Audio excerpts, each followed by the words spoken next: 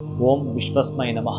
ನನ್ನ ಪ್ರೀತಿಯ ಬಂಧುಗಳೇ, ಈ ದಿವಸ ಇರತಕ್ಕಂಥದ್ದು ಏನು ಪಾಡ್ಯಮಿ ಇದೆಯೋ, ಈ ದಿನ ಸಾಧ್ಯವಾದರೆ ಮಕ್ಕಳನ್ನ ಕರೆದುಕೊಂಡು ಹೋಗಿ ಎಲ್ಲಿಯಾದರೂ ಕೂಡ ಉತ್ತರೇಣಿ ಗಿಡ ಇತ್ತು ಅಂತಂದ್ರೆ ಆ ಉತ್ತರೇಣಿ ಗಿಡಕ್ಕೆ ಪೂಜೆ ಮಾಡಿ ಆ ಬೇರನ್ನ ತೆಗೆದುಕೊಂಡು ಬಂದು ಮನೇಲಿ ಇಟ್ಕೊಳ್ತಕ್ಕಂತಹದ್ದು, ಅಥವಾ ಅದೇ ಬೇರನ್ನ ನೀವು ಏನಾದರೂ ವಿಶೇಷವಾಗಿರತಕ್ಕಂತಹ ಮತ್ತೊಂದು ಶಕ್ತಿಯನ್ನು ಮಾಡ್ಕೊಳ್ತೀವಿ ಅಂತಂದ್ರೆ ಆ ಬುಧನಿಗೆ ಸಂಬಂಧಪಟ್ಟಾಗಿರ್ತಕ್ಕ ಮಂತ್ರವನ್ನ ಮೂರ್ಛೆ ಪತ್ರೆಯಲ್ಲಿ ತಾವೇ ಬರೆದು ಅಥವಾ ಬಿಳಿಯ ಪೇಪರಲ್ಲಿ ನೀವು ಬರೀತಕ್ಕಂತಹದ್ದನ್ನ ಮಾಡಿಕೊಳ್ಳೋದು. ಅದು ಬುಧನ ಮಂತ್ರವನ್ನ ಪ್ರಿಯಂಗು ಕಲಿಕಾ ಶ್ಯಾಮಂ ರೂಪೇಣ ಪ್ರತಿಮಾಂಬುದಂ ಸೌಮ್ಯಂ ಸೌಮ್ಯ ಗುಣೋಪೇತಂ ತಂಬುದಂ ಪ್ರಣಮಾಮ್ಯಹಂ.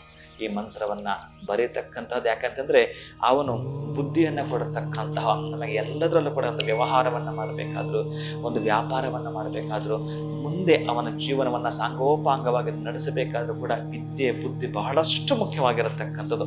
ಅದರಲ್ಲೂ ಈ ಪಾಡ್ಯಮಿಯಲ್ಲಿ ಶನಿಗೆ ಮಿತ್ರನಾಗಿರತಕ್ಕಂತಹದ್ದು ಆ ಒಂದು ವೃಕ್ಷ ಏನಿದೆಯೋ, ಆ ಒಂದು ಗಿಡ ಏನಿದೆಯೋ, ಆ ಗಿಡದ ಬೇರು, ಆ ಗಿಡದ ಎಲೆ, ಆ ಗಿಡದ ಕಾಂಡ, ಆ ಮೂರನ್ನು ಕೂಡ ಚೀಟಿ ಒಳಗಡೆ ಹಾಕ್ತಕ್ಕಂಥದ್ದು, ಕೆಂಪು ದಾರದೊಂದಿಗೆ ಸುತ್ತಿ ಆ ಮಕ್ಕಳ ಒಂದು ದಿಮ್ಮಕ್ಕೆ ಇಡತಕ್ಕಂಥದ್ದು, ಅಥವಾ ತಾಯಿತವಾಗಿ ತಾವೇ ನಿರ್ಮಾಣ ಮಾಡಿ ಕೊರಳಿಗೆ ಹಾಕ್ತೀನಿ ಅಂತಂದ್ರು. ಹೇಗಿದ್ರು ಕೂಡ ಪರೀಕ್ಷಾ ದಿನಗಳ ಹತ್ತಿರ ಬರ್ತಾ ಇದೆ.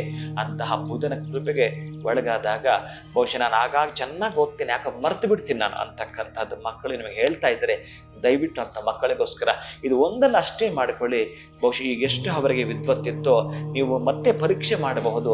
85ರಿಂದ 90% ಅವರಿಗೆ ಬುದ್ಧಿಯಲ್ಲಿ ಬೆಳವಣಿಗೆ ಕಾಣಿಸ್ಕೊಳ್ಳುತ್ತೆ.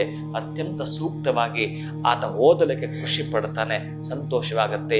ಈ ಒಂದು ಕ್ರಿಯೆ ಈ ದಿನದಲ್ಲಿ ತಾವು ಮಾಡ್ಕೊಳ್ತೀನಿ ಅಂತಂದ್ರೆ ಆ ಮಕ್ಕಳಿಗೆ ಒಂದು ಪ್ರೇರಣೆ ನೀವು ಕೊಟ್ಟ ಹಾಗಾಗತ್ತೆ, ಅಂತಹ ಆಸರೆ ಆಗತ್ತೆ. ಇವತ್ತು ಉತ್ತರೇಣಿಯ ಗಿಡವನ್ನ ತಾವು ಮನೆಗೆ ತಂದು ಮಾಡ್ಕೊಂಡಿದ್ದೆ ಆದರೆ ಶುಭಂಭೂಯಾತ್, ಒಳಿತಾಗಲಿ.